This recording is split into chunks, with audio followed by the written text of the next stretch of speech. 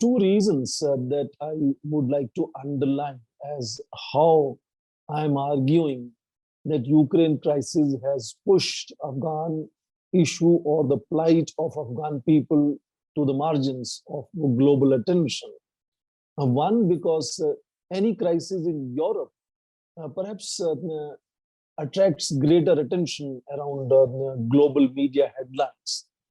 So that is one reason that global media has a limited bandwidth to attend to various crises around the world.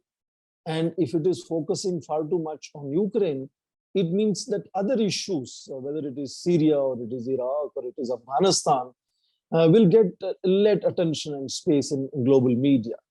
The second point I'm making is that perhaps it also suits various Western nations, particularly the United States, as their departure from Afghanistan had symbolized a great failure of the United States in that sense of their global leadership.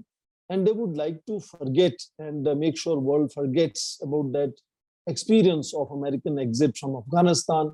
And if there is no focus on Afghanistan, then obviously this is no longer in the memory of world leaders and people around the world.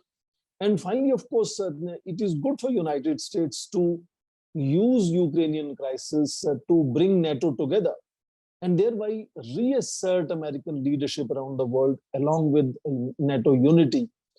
Instead of world talking about United States experience in Afghanistan, which symbolized the relative decline of United States. So these are multiple factors which are pushing the plight of Afghanistan people really to the margins, and then world is not attending to it as seriously as it was earlier. And the final point is that that gives Taliban far more freedom to do what they want. And they have been really going back on several promises they made during the process of negotiations that happened in Doha. Doha dialogue made them promise many things like creating inclusive government or having gender equality.